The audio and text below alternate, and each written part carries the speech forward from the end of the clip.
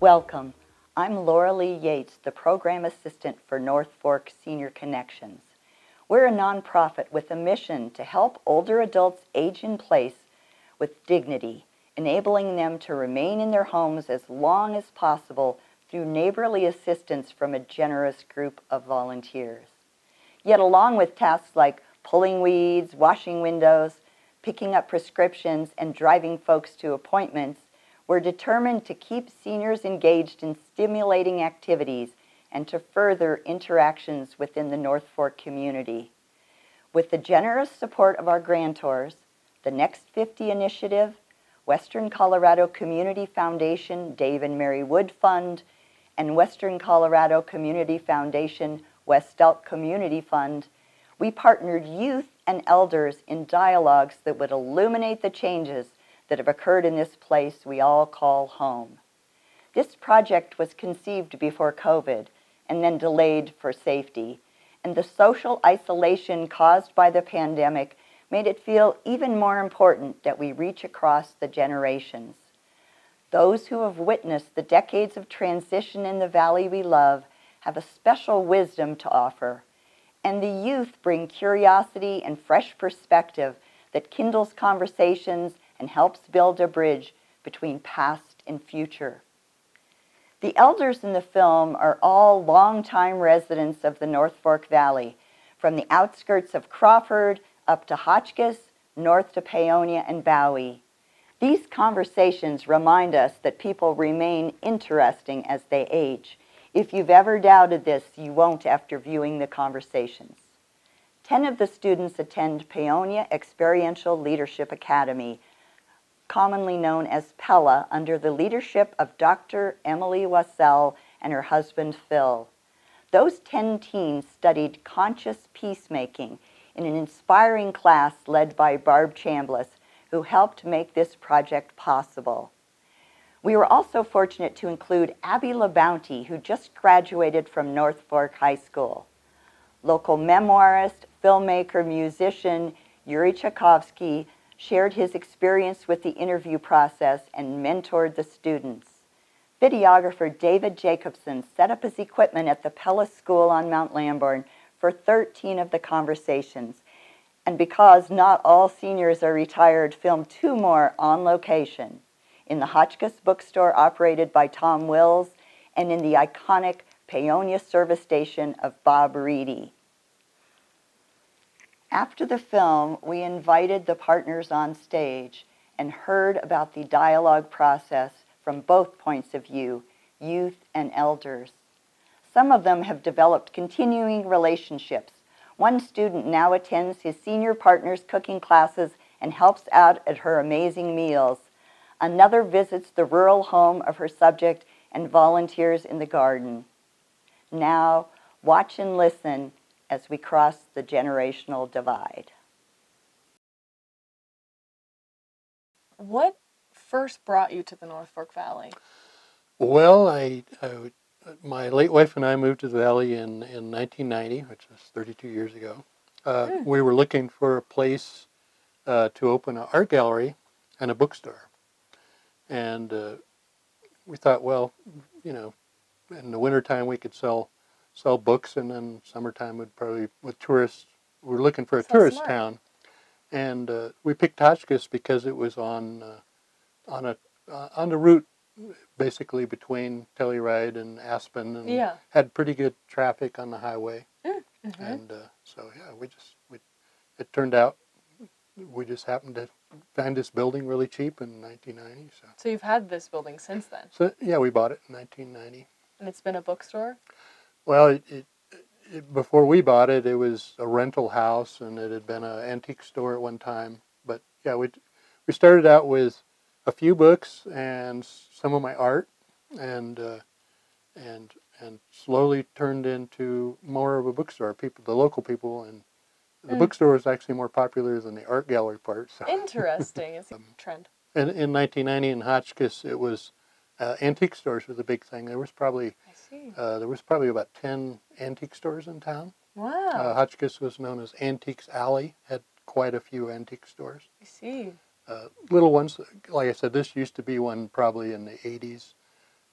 late 70s, was an antique store. I wanted to talk to you about the political polarization and kind of division of this community and what you've experienced or what you've witnessed with that division. What are your kind of inputs on that?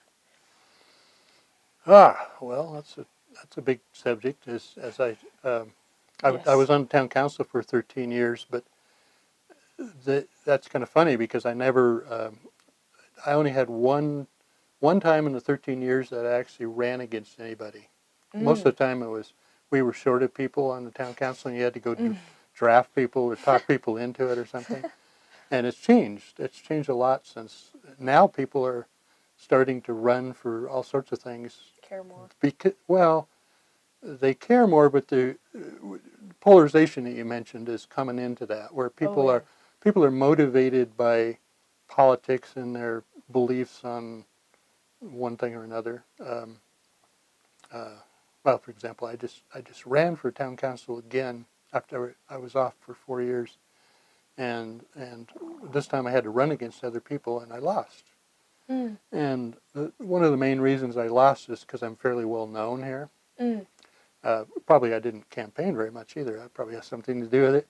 But of course, I published the North Fork Merchant Herald, and I've done that for 25 years. And people pretty much know my political stance, which is, as you mentioned, Bernie stickers, and that I'm not a conservative. And the Delta County is pretty much 60-40, 70-30 sometimes, Republican-Democrat split. Yes. It's different in the North Fork. I mean, Paonia is almost 50-50 probably for the town. Hotchkiss is probably still in the 60-40 sort of thing. But it's, when we first came here, it didn't seem like that was an issue. And it over the 32 years, yeah, it's really changed. I mean, people are getting very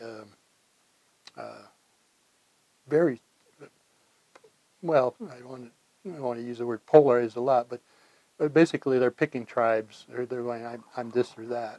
It's becoming a very important part of people's identity. Yeah, which is kind of sad because to me, as a journalist, I talk to people, and you hardly ever meet anybody who's one thing or another thing. I mean, they'll be liberal on one issue, they'll be very conservative on another issue. Everybody's all kinds of things. I mean, almost everybody is. Even the person you think is the craziest, left winger or right winger. Yeah. They always knock you over because they say some really liberal thing, or they're a ghost hunter on the weekends, or I mean, it's just I mean, people are people. I mean, I wish they wouldn't decide, well, I'm not going to vote for this person because they don't toe my exact little checkbox line. Yeah. But it's sad the way we're getting right now.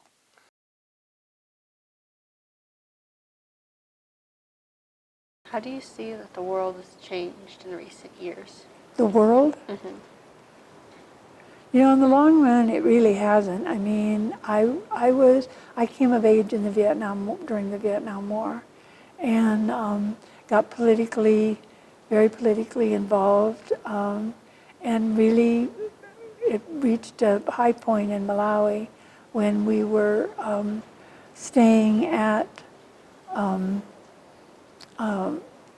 when we were in Malawi, and we were in a famine area.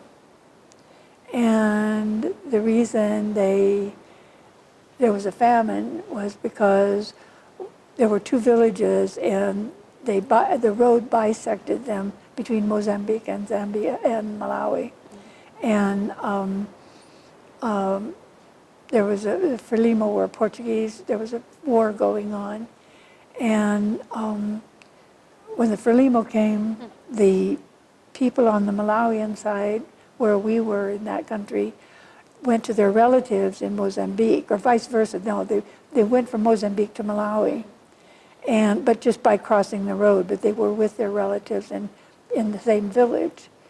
And they had eaten everything that was available for them to eat. There was nothing, and there were no children under the age of 5 because they'd already died.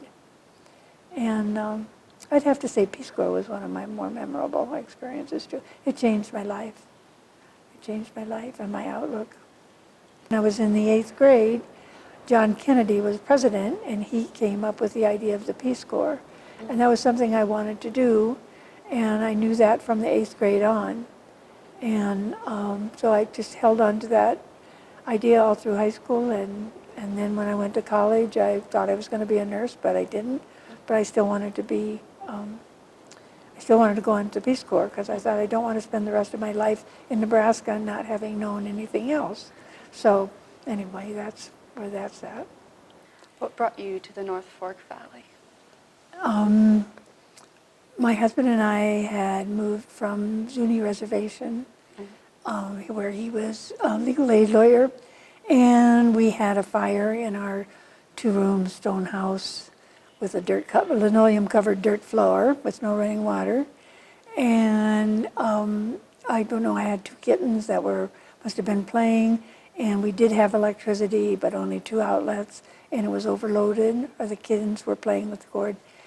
We had a fire in the house, and I kind of had my limit with trying to raise 2 kids with no running water and 2 rooms.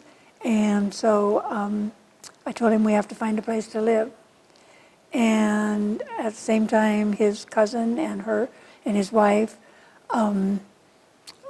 came. They were looking for the same thing, something to do together, to raise a garden communally, and to not necessarily to live together, but we wanted the same things. We wanted a place to raise our kids. And so we spent a weekend in Arizona at a campsite, and Sally brought in a whole bunch of, David's cousin's wife, brought in a whole bunch of old issues of Mother Earth News. And so we were going through the classifieds and unclassifieds, and in different ones, we found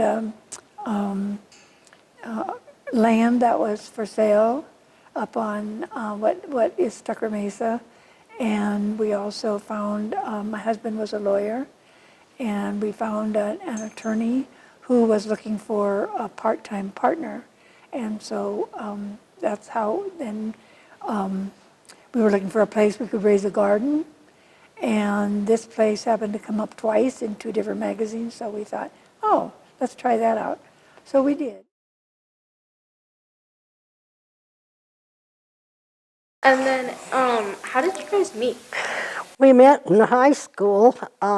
When he came down to high school, we met there. We weren't real close for about the first 3 years we were there. Then we started dating.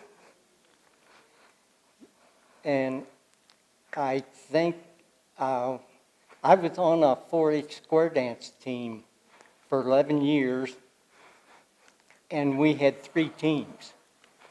So when I started, I was one of the younger kids and was on the 3rd team.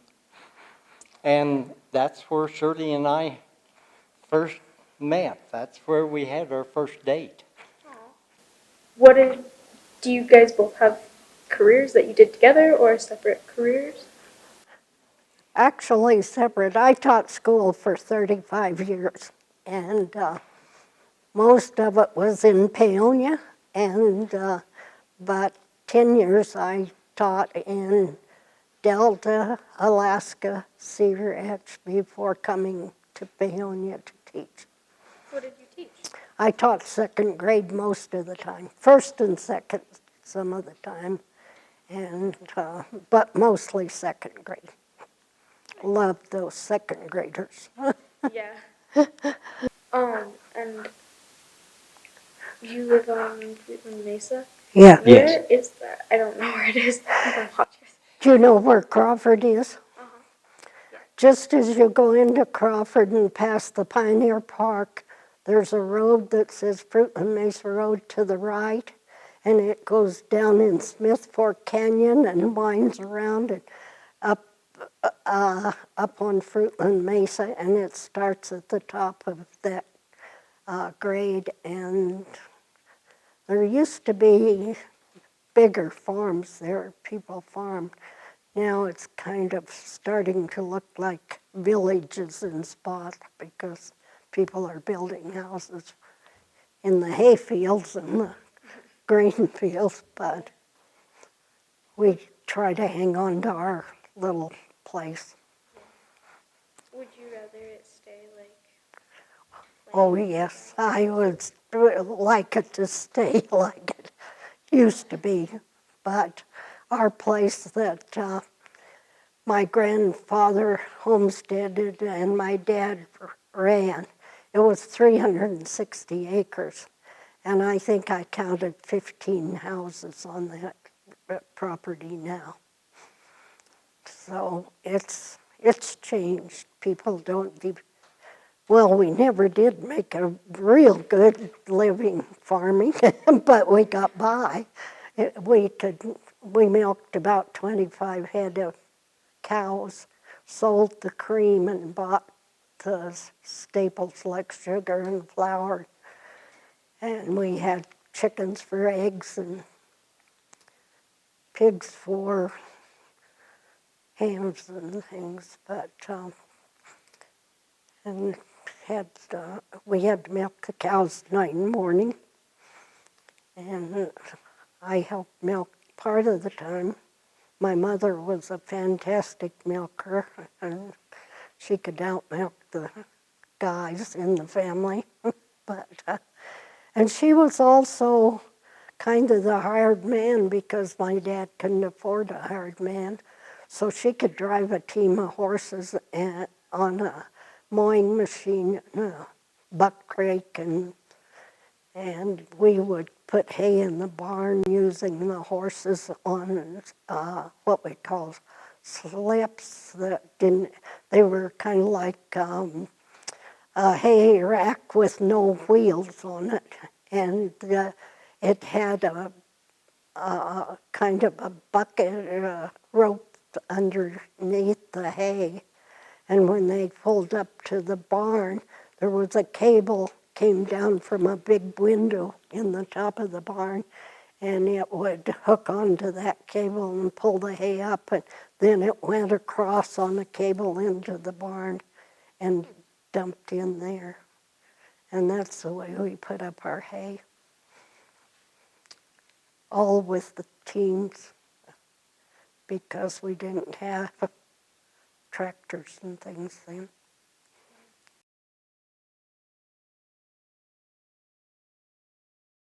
Well, going back to the cooking, did you go to school or anything for that? I didn't go to school. What I did do was I learned a great deal on my own. Then I also ran a few what were known as, at the time, macrobiotic study houses in Boston and outside of Boston, and went to lectures about macrobiotics quite a bit in the beginning. And then I became a producer of foods, and because of that, I had to learn a great deal about many aspects of food, as well as producing food and selling it. So I was more or less self-taught, but also within a fabric of people who were also teaching themselves and utilizing one primary teacher. Yeah, cool. Well, you should come take one of my classes. I should. It might expose you to, because macrobiotics is, although I don't limit myself to macrobiotics, it's at the core of everything I do, because I really put a lot of energy and attention into it for many, many years. This is almost my 52nd year of being associated with the principles of macrobiotics. And as a result of that, a lot of what, because it's not just about a diet or about food practices, it's about a whole way of life.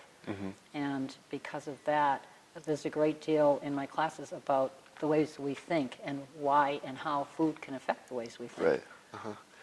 Well, how I got into cooking was because as a kid, I had a voracious appetite. I really loved to eat. I just really liked to eat. My parents weren't particularly into food. My mom didn't really like to cook. My dad enjoyed cooking, but he was working more of the time than he could cook often. And I really liked to eat, and I was able to identify that by the time I was about in my early teens. And then when I got to be out of school and out of the couple of years I spent in college, I knew that food was something important to me, but I didn't quite know in what way. And I was enough of a kind of rebel, independent thinker that I wasn't ready to like go to culinary school, nor did I want to go to agricultural school or something like that. So when I learned about macrobiotics, the way it encompassed so much more than just food was really appealing to me. And at that time, in the late 60s, many people were attracted to macrobiotics to heal themselves from something. I was more attracted because something about the philosophy really caught my attention. Right, yeah. And the application through food. Are you hopeful about our future? As a race or here in the valley? Both, but I think as like a race, yeah. Yeah. As humans. I tend to be optimistic, so I am hopeful, and I tend to look at things that other people are saying, oh, this is horrible and awful, and I think, well, yeah, but it could turn to this.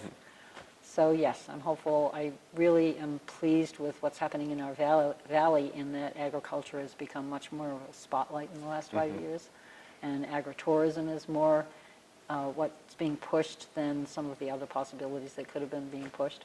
So, and I absolutely love and am committed to this valley and its health and well-being economically and otherwise.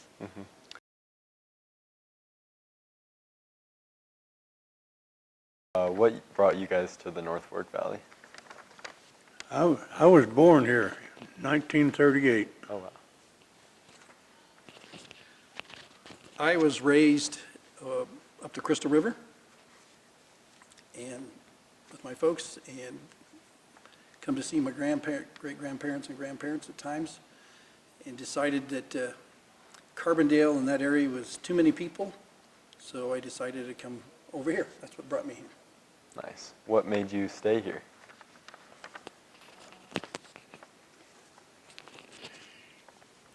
Well, when I come, after I got grown up a little bit, I bought a place, and I've been on it for 50 years, and I just kind of enjoy it here. I like the mountains, I like the country, I like the climate, and I went to school down here in Paonia, and we all still like it, still do good here. I stay in the area because I've worked my whole life, and this is where I bought a place, raised my sons, and I like it quiet compared to where I grew up.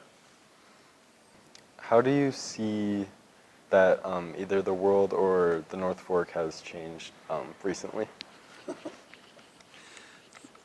The world has changed drastically, and the North Fork has also changed drastically.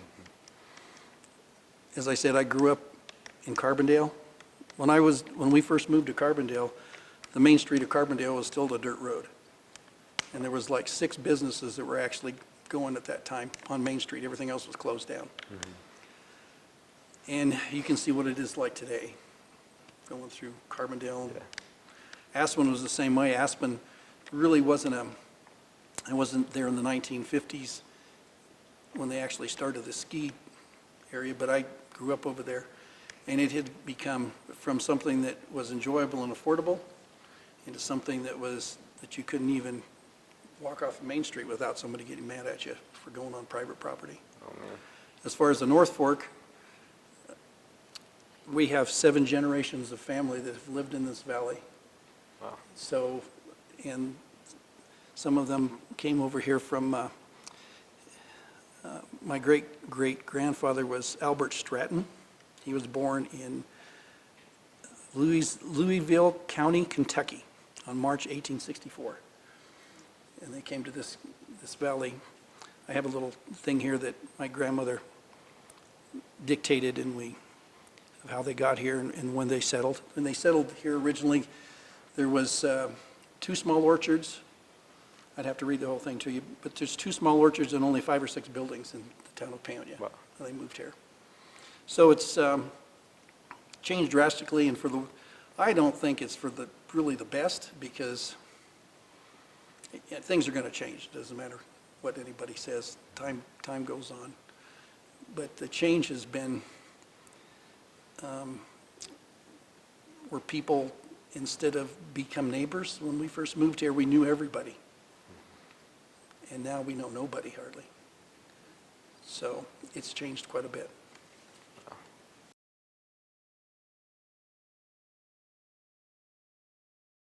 How was high school for you, your experience? Oh, high school for me? Oh, gosh. Really, it was good. It was great. I mean, I did a lot. I wasn't very athletic, but I did a lot of things with my classes and drafting and schooling, and it was enjoyable. I enjoyed it. However, I didn't graduate from high school. You didn't? No. I quit high school in my senior year at midterm. Now, you talk about something that was stupid, don't ever do that, okay? All right. And I went back to school about 3 years later and took a GED and got a GED certificate and passed. And then I went to 4 years of college, okay, for business is what I did. I took the college entrance exam, made it in. And then I went to college for 4 years of printing, that's what I did, and to learn printing. Yeah, layout, design, actually running printing presses and cutters and folders and things like that, yeah. Wow. So I enjoyed it, yeah. Do you think you'll try to go to college next year? Yeah, yeah, I want to go to college next year. I'm looking at like CC in Colorado Really? College, and some in California. Yeah. And I want to go to the beach, but I also want to get in-state tuition. Yeah. The beach is good. Some beaches are good. I used to surf when I was a kid. Really? Yeah, yeah.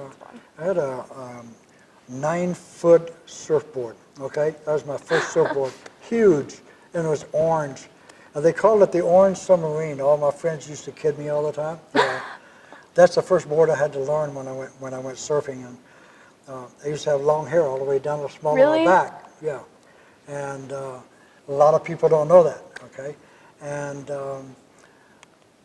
once I learned the board real quick, learned how to surf, then I graduated and I bought me a 5-foot, it's a real short board, and it was called a Chuck Dent. It had changeable skags on the bottom of it. That's the fins on the bottom. Yeah. You can take them off and replace them, or that's why they were changeables. And it was made for speed. And about the first 8 times I was out, I almost killed myself. You know what I mean? Yeah. It was so fast, you know, it just threw me, man. It just threw me in the waves. Oh, jeez. Yeah. But it was fun. But I started learning how to utilize it, and we'd take the surfboard and I'd take it home and you'd set it up, and I'd heat wax in a coffee can, and you'd brush wax all over these, all over the top of the surfboard, and put coat after coat after coat. Yeah. But it was fun. You should try it. Yeah, so when you get out there, rent a surfboard. You can rent one, okay? Just be careful, that's all. You know, and take it slow and easy. Don't all of a sudden want to jump into a wave and go, okay? Yeah. Until you get your balance and you learn it, all right? Yeah.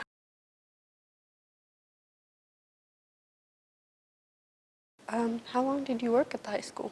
25 years. Wow. It was the best job ever. I started out basically, my first job was cleaning houses to get by, and went from there to helping my husband get his law practice started. So I was his quote-unquote paralegal, even though I really didn't know what I was doing. And then I became a part-time secretary, but I stayed home basically, especially when we moved out to the farm, because we had animals and the kids were all in 4-H. So I was home until my youngest was a junior in high school, and that's when I started the job at the school. And I really liked it for a lot of different reasons. And then after I retired, I found that I really made a mistake in not having a plan when you retire. You know, what are you going to do?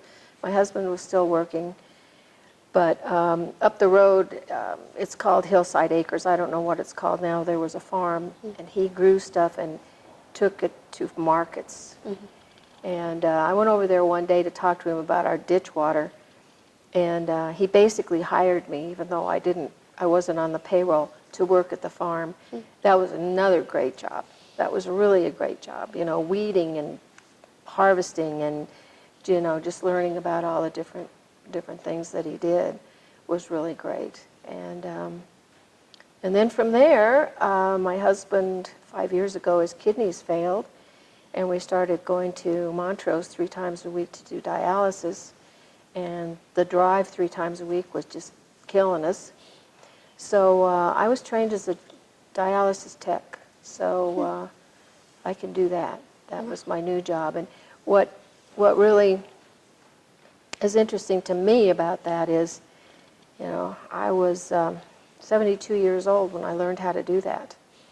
And I never thought I would do anything that even, you know, was remotely like a medical position, a nurse or anything like that. But I really wanted to do it because we wanted to do it at home.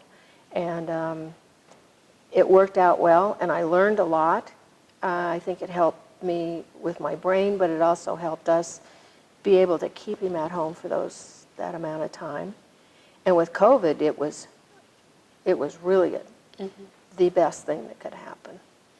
So anyway, so those are my jobs. My main job is probably being a mom, and I still am, and I still worry about my kids, and even though they're big kids. Well, thank you for coming and doing this today. Sure, I enjoyed it. It was fun. Yeah. Me too. Okay.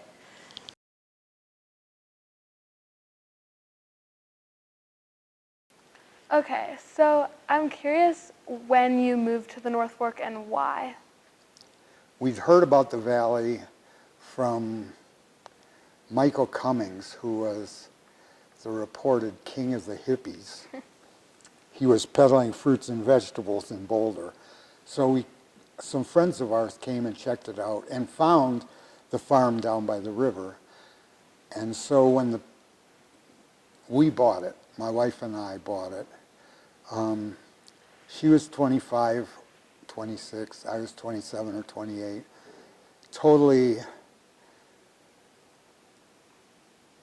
no experience with farming or gardening. It was just, duh. And we did it, and we bought this thing.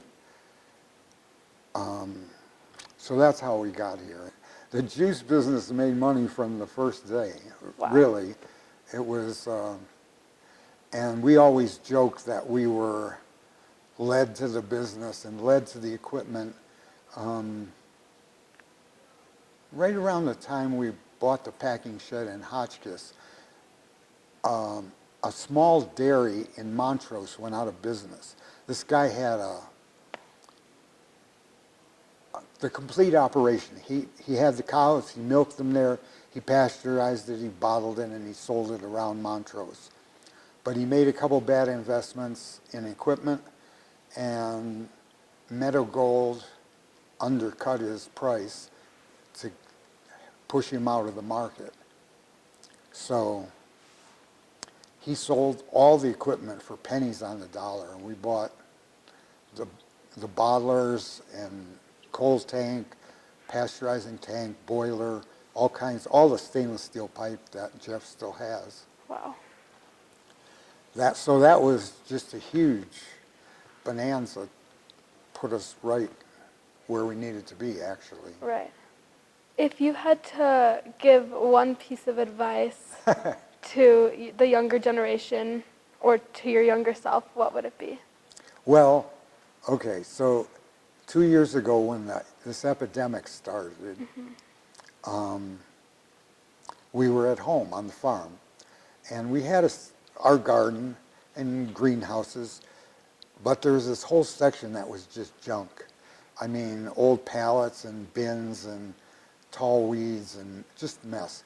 So we spent that summer, we started out with my wife working on a 3x3 section under a mulberry tree to clean it out. And it turned into the whole summer, cleaning and cutting the grass and watering it.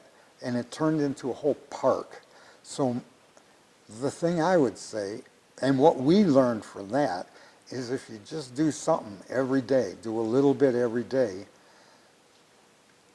it really multiplies. Wow. So that, I mean, for us, Yeah. it's a huge lesson, and um, we talk about it every day still. I mean, I'll go down to the garden and do a little bit, and knowing maybe I'll have a half hour. If I just do that, there's something got done. Yeah. So it's not so fancy, but that's the big one on my mind right now. Yeah.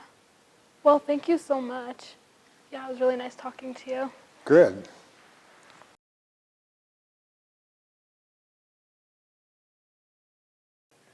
Laura Lee was discussing with me, you have practically lived your entire life in this area. I have also lived my whole life here, but I'm only 18 years old. And I know that there's a lot more experience and knowledge and awareness of this place that comes from, because time really is the greatest bringer of knowledge. What have you seen happen while you've been here? What changes have occurred?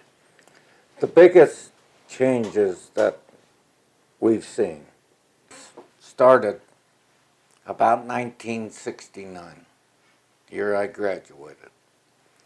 That was the first time we local people ever saw hippies, per se. The long hair. They came in, they started buying land. Mm-hmm. Most of them were trust funders, because you just, well, somebody would sell them something, they'd go try to buy another one. There was probably 15, 20 people that moved in. Ed Marston had a lot to do with that. He ran the paper. But anyway, that started the raising the price of land. And in about 1973, I bought my first house downtown, just down the street. I paid $10,000 for that house. I was in it 2 years. I sold it for $28,000. At the time, they had hired a new music teacher at the high school. He kept it 4 months, sold it for $35,000. But that's what happened to the.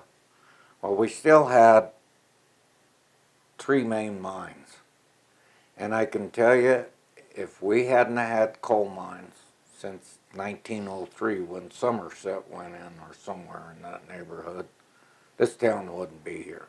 No. Hotchkiss wouldn't be here. Somerset would, that was what they called the company town. Mm-hmm. They owned all the houses, and then eventually they sold them. But they had a company store, company town. They had buy their groceries at the company store. It come out of their checks at the end of the month. So it was coal mining. We had a few ranchers, very few. The start we had fruit farmers. Well, in the wintertime, most of the fruit farmers worked in the coal mines. Mm-hmm. Back then it was seasonal. And then, when I was young, even up to in the 60s, from Valley to the end of Rogers Mesa, and every single mesa, Garvin Mesa, Pitkin Mesa, down at Hotchkiss, was solid fruit. You didn't hardly see a hay field. If it was good enough to raise hay, there was fruit. Freezes started, weather started changing, and they'd get freezes. Hell, they couldn't make any money. But you take Lambert Mesa, that Pitkin Mesa was the same way. You didn't see anything but fruit trees. Mm. You'll probably find no better place in the United States to live than right here. Weather-wise, people-wise, but it's not the same. You know, once you leave here, you're going to come back and visit. You're not going to come back here and go to work. There won't be anything to work unless, you can do everything on a computer out of your house, which is probably 50% of the people who live in this town anymore work out of their house.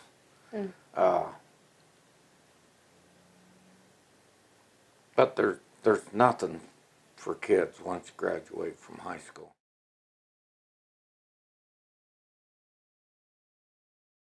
So did you like grow up in Paonia, or how'd you come No, here? in my teenage years, I lived partly in Alamosa, Colorado, partly in Amarillo, Texas, and then partly in Fort Collins, Colorado. So my family moved around quite a bit.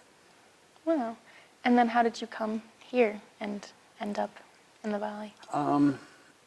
I met my wife in Breckenridge. We lived in Breckenridge in the 70s. In fact, that's where I met your grandparents.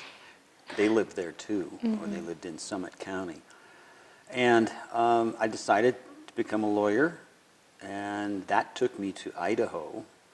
But my parents lived in Denver, and so we would visit with our young children during holidays, Christmas, whatever. And then we had some really good friends who had moved from Summit County to Ouray, so we would come through this valley quite often. And every time we came through this valley, it's like what strikes a lot of people is, wow, this is a really pretty rural area. And boy, if there was any way we could live there someday, that would be wonderful. And it turned out that, well, the real story is one of those times driving through, I noticed the name of the local lawyers in Hotchkiss, wrote it down on a piece of paper, and then started corresponding with them, and ended up working for and with them. And that's what got us here, Wow. 40 years ago. How many years did you work with them? With those two, it was Jim Briscoe and Greg Stanway. I was with them for 15 years. All right. So have you gotten so far as to starting to look at law schools? Yeah. So my great-grandpa was a lawyer, and he passed away, but he talked to me a lot about it, and he wanted me to go to Princeton and follow him in Harvard Law School. And I'm not sure if I could do that, but I was looking at that, and I've been looking at other programs, but for the next 2 years, I'm going to like an early college program in New Mexico. So I have that for the next 2 years. Okay. Yeah. So that's, okay, you have how many more years here? So this is my last year here. Oh, it is? Yeah. Okay. So you're looking at going to college in New Mexico? yes. So And then I got into this amazing school, which it was created after World War II, to kind of promote peace throughout all of the countries. So they have 18 different campuses around the world, and they elect, I think, around 2 people from, I think, maybe 100 countries to go to this school every year. And you're admitted? Yeah. Well, congratulations. What's the name of the school? It's called United World College, and I'm in a location in Montezuma, New Mexico. And yeah, so it's like 2 people from like all over Africa and China and just all over the place. And yeah, I got a full ride scholarship there, and it covers like 4 years of college afterwards. Wow, that's exceptional. Yeah. Congratulations. Thank you. I'm very excited Very about cool. it. There's kind of a shortage of lawyers in the county right now. I have an associate who's been with me about 6 years, and she is very busy, primarily because when I first came here, there were 7 lawyers in the North Fork. Actually, 2 of the people in my 5-person firm spent most of the time in Delta, but there were 7 attorneys who called Delta County home, and now there's like 3. Oh, wow. And we're much bigger. Yeah. And I can tell you this, that if you're interested in family law, like you said you are, hang out your shingle and you'll be so busy, within 30 days you won't be able to breathe. So just throwing that out there. Of course. I mean, I do love to be busy, so that's a good thing.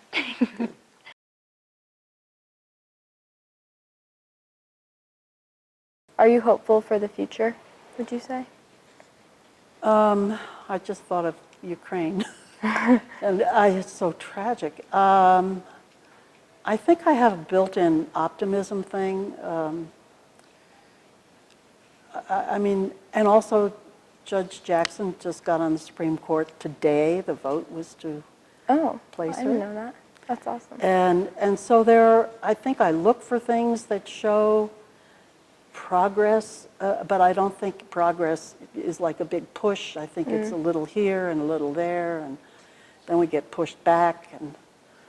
And then there's climate change. I mean, there's so much to be depressed about. Right. That I would not argue. At the same time, if you're not actively trying to get things better, well, then you've kind of given up.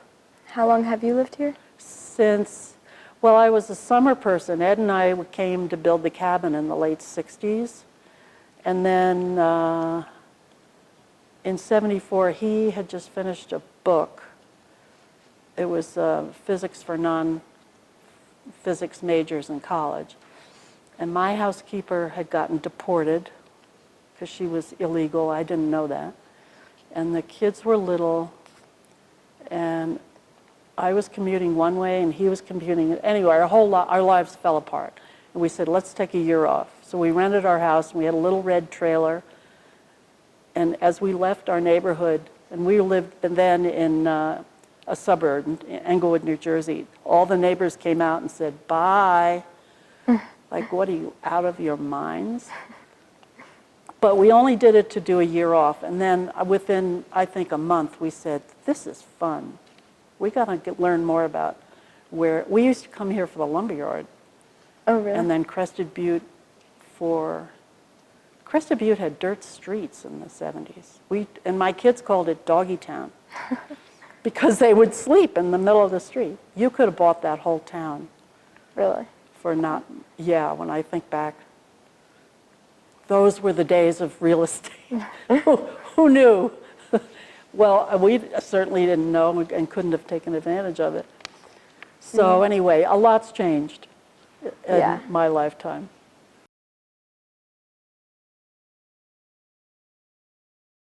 So first question, where did you grow up? I grew up in Colburn, which is over on the other side of Grand Mesa, about 100 miles from here. And I got here through Grand Junction, so I really traveled a lot in my life. Did you go to high school there? I went to high school at Platte Valley. I graduated in 1969. Oh, nice. And you're still in school? Yeah, I'm a junior. You're a junior this year. Yeah. So what was high school like for you in the 60s? Oh, in the 60s. My kids think that everybody in the 60s was a hippie. But I have kind of disabused them of that notion. I grew up in a ranching area. I never had a bicycle because I always had a horse.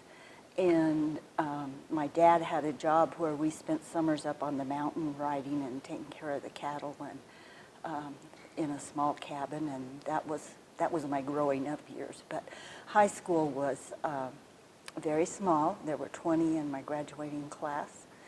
And it was a good time. It was, the Vietnam War was starting then, but it was not a real critical thing, and we just, I think, were kind of ignorant of what was going on in the world. What year did you move here? We moved here in, I have to stop and think about this, 77 in the fall. And our first daughter was born in Grand Junction. Our second daughter was born here. That's cool. And you were a librarian here? I was eventually. I did a lot of other things first. And, well, when we went to Mesa College, it was a 2-year school, so I had an associate degree. And when my kids were in middle school and high school, I decided if I was ever going to finish my degree, I needed to do it then. So I drove back and forth to Grand Junction and finished my bachelor's after it was Mesa State College. So I graduated from there twice.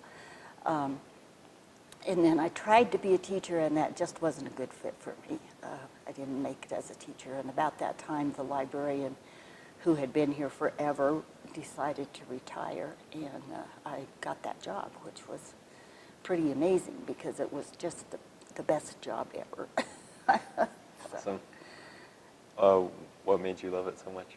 Oh, working with the people, I think, was the main thing. And I've always been an avid reader. I love everything to do with books. Totally. And so it was just a good combination of things. What's your greatest passion or biggest accomplishment that you think? Ask Rory about that. The biggest thing I have ever done in my life was the library building project. And that came about right after I started working at the library. We started looking into the possibility of doing a new building or expanding the old building or something, because we needed more space, we needed more parking. And that ended up being the big project of my life. We spent almost 10 years doing study and analysis and deciding what we wanted, and then we spent 10 years of intensive fundraising and planning the actual building and getting it built. And afterwards I had a heart attack. Oh, my.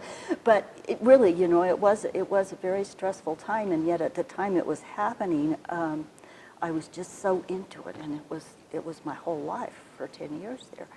And it's been 14 years now since we moved into that new building, and it just doesn't seem possible. But that was probably my biggest accomplishment. That and raising two beautiful girls and two lovely women. Oh, awesome.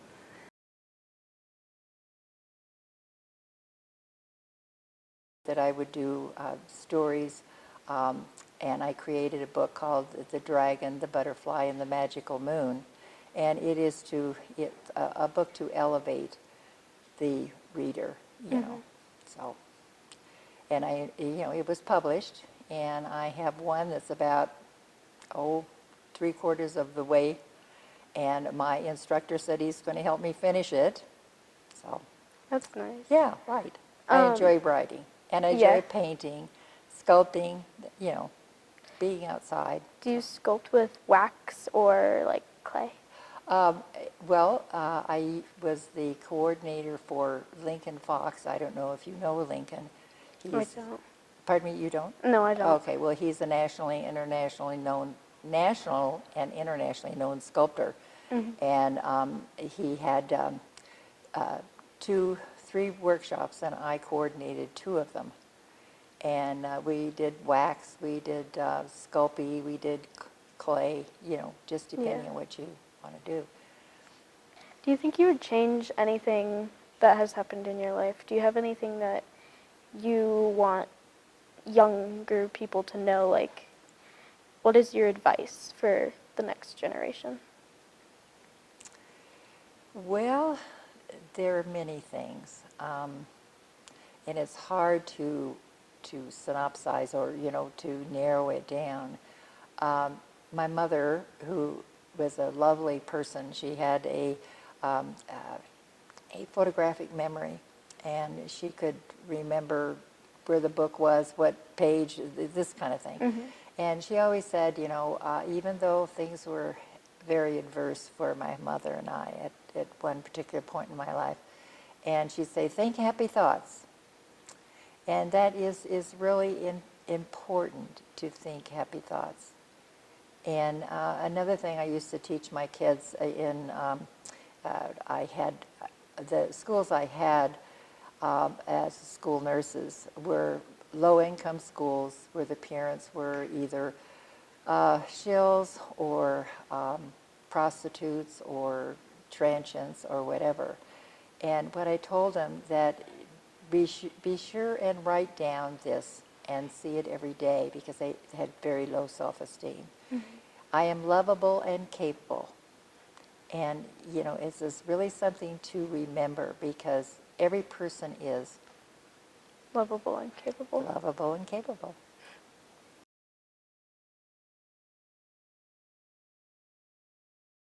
And how do you see the world that has changed in the future?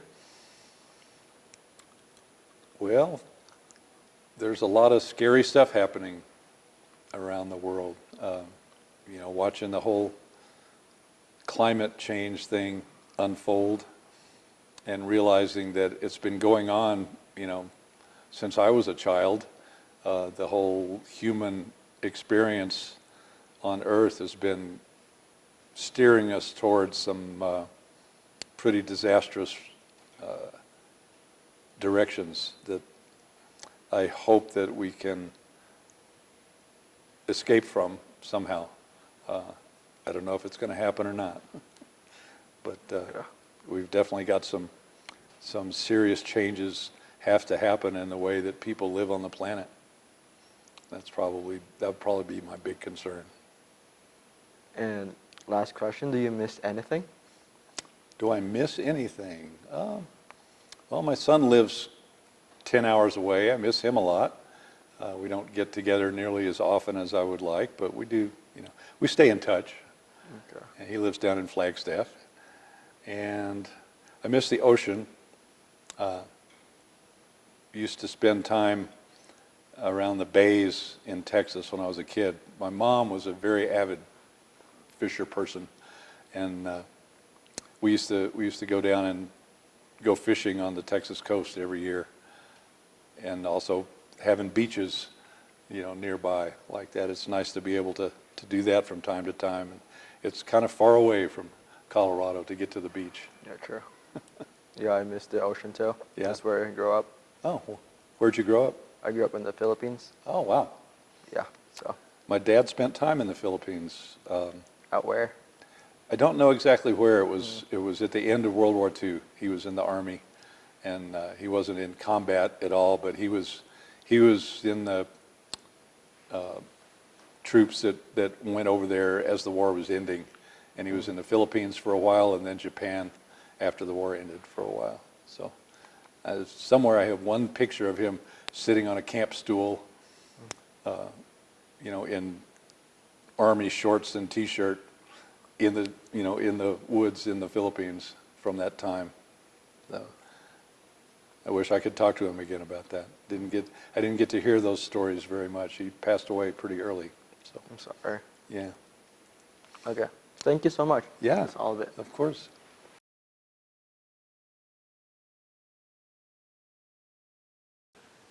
What brought you to the North Fork Valley? Originally, it was discovering it through the BMW rally. Mm-hmm. I was living in Denver at the time, and we were already really wanting to move out of the city. We just didn't know where. We had checked out some places in Montana, and then we came up here for the BMW rally, and I'm like, this is it. This is where I want to be. And so we ended up here back in the 90s. What are you doing now with nursing? I'm still nursing, although now I'm working with hospice. Right. And that's been the last 7 years of my career. Before that, I had various, other fields, working in ICU, working in home health, working, in the hospital, in and out of the hospital. But the part of the reason why I ended up with hospice was because my mom actually went through hospice before she passed, and I really hadn't had much exposure to that, or even, personal, death experiences in my family. But going through that experience just kind of opened my eyes, and I pretty much at that point decided that I wanted to just spend the rest of my years in nursing, that I was able to work still, do nursing, do hospice work. Let me think of how this is phrased. Do you have hope for our future? It depends on the day, to be honest. There's some days when I, see or hear something that really gives me hope and inspiration. And then there's other days where I'm like, oh my God, where is this going to lead? And so it's always, as far as balance goes, that's always a big struggle, trying to find, some kind of a peaceful balance between when you hear something really horrible and think, oh God, the end of the world is coming, and then you hear something, hopeful, and it's not all bad. And I think the bad news really in general gets so much more, press and attention that, and we kind of tend to focus on that, and it's more, fearful to think about, bad things than you're really focusing on. Really, there's probably a lot more good things and good people out there that you know, they just don't get a lot of attention and press. Yeah. But yeah, but I do have, you know, I've always been kind of an optimist, and other than getting myself out of kind of the doldrums when I have a, you know, bad day or, you know, have a little bout of depression, you know, I have always been able to kind of pull myself out again. Sometimes with help from a therapist even, but, you know, I think that's kind of normal to, you know, fluctuate or, you know, just have different moods or different experiences. Yeah. Yeah. Yeah. Yeah, I think really finding your calling or your passion or whatever you want to call it, I think is probably the best thing anybody can do, because then, you know, you can put your energy in it, you can feel good about it, and, you know, it's not going to feel really like work, you know, because you're just enjoying every moment of it. Well, maybe not every moment, but most of it. Yeah, I agree. That is Yeah, really so important to good me luck. as well. Okay, well, Barb is saying that time is Time's up, up. but thank Oh, you we're just for... having so much fun. We hope you've enjoyed these excerpts of dialogue between North Fork elders and students. As one teen observed, it's by talking that we discover how much we have in common. Even when we start out far apart, communication can help us come together. The North Fork Valley is a place we share, and it's important to know where we've been in order to find our way to an equitable future for all.